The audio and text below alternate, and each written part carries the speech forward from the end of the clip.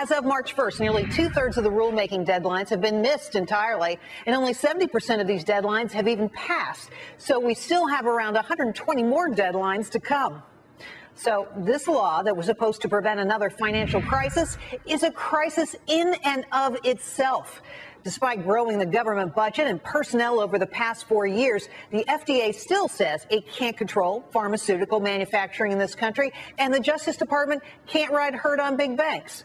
Bigger government isn't doing the job. This isn't change we can believe in. Joining me now, Ford O'Connell, Republican strategist and chairman of the Civic Forum PAC, and Jason Riley, Wall Street Journal editorial board member. Welcome to you both. Ford, I'll start with you. Bigger government, is it more effective?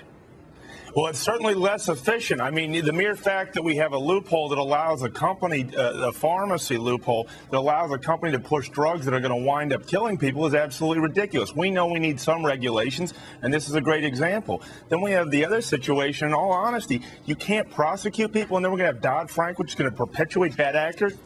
We got to get a hold on what's going on. The government is way too inefficient. As a result, guess what? Nothing's happening, and yet we're spending more money. Spending more money. And Jason, when you look at these examples, what do you take away from them? Well, I think both of these officials, these Obama administration officials, whether Justice or the FDA, were making the argument that many small government conservatives make, which is that government cannot do everything, and bigger government is not the answer. So they're making to every problem. Your argument for you in some ways. Inadvertently, I'm sure, particularly in the case of Holder. Some of us have said these banks and the moral hazard incorporated in Dodd-Frank has not been properly taken on the way the bill has been written. Not only has the moral hazard issue not been taken care of, and where you're encouraging people to make riskier bets than they otherwise would be making because they think there's an implicit government backstop to some of these institutions. Right. But, you know, financial consumers of financial instruments, consumers of banks are paying more money under Dodd-Frank. And they're paying more money because these guys got fined, and now we're picking up the tab. Fewer banks are offering free checking, for example, because of Dodd-Frank. Banks are lending less money than they otherwise would because of the penalties and the regulations associated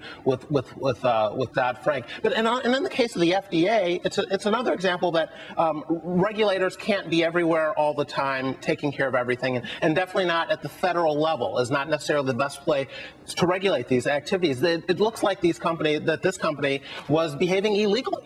Right. If you break the law, that's not a case where we need more rules and regulations. Sure. We just need to enforce the rules that are on the books. Well, that's true, Jerry, but they did come in under a loophole, and then they just flew underneath the radar. I do agree. We need smarter, smaller, more efficient government. I mean, just because the government's bigger doesn't mean anything's going to happen, except we're going to just lose more money and tax more people. Well, I always think it's the unintended consequences that cause so many problems. You know, you change the rules on banks. You think you're going to make things better. But, Jason, to you, at the end of the day, it's the consumer that gets hurt because they end up paying more in fees and fines. And now banks in many ways have decided, you know what, we really don't want to be in the mortgage industry anymore. That was fun, but we're done. So where does the individual investor turn? It seems to me that there's an interplay between these companies and the federal government that ultimately does not serve this consumer. Well, I think the banks, some of these banks are too big. I'd prefer to break them up through bankruptcy. Some people want to put certain capital requirements, but we do need to address this. The banks are too big. Now, they argue that they need scale because there's global competition. They also argue that they didn't cause the financial crisis and that they shouldn't be punished in an effort to fix what went wrong. I mean, that latter argument, I think, is stronger than the former argument. I don't think that the big banks were the cause, but the moral hazard problem is there. It's very real, and Dodd-Frank does not help matters. Well, there are two voices being heard tonight on where government should go next. One is from Paul Ryan, the other from Patty Murray. We're looking at the budgets now that are going to be coming out. Paul Ryan's already been pretty eloquent about his. He doesn't want any new tax increases or Pentagon cuts. He's going to curb spending by $5 trillion over 10 years.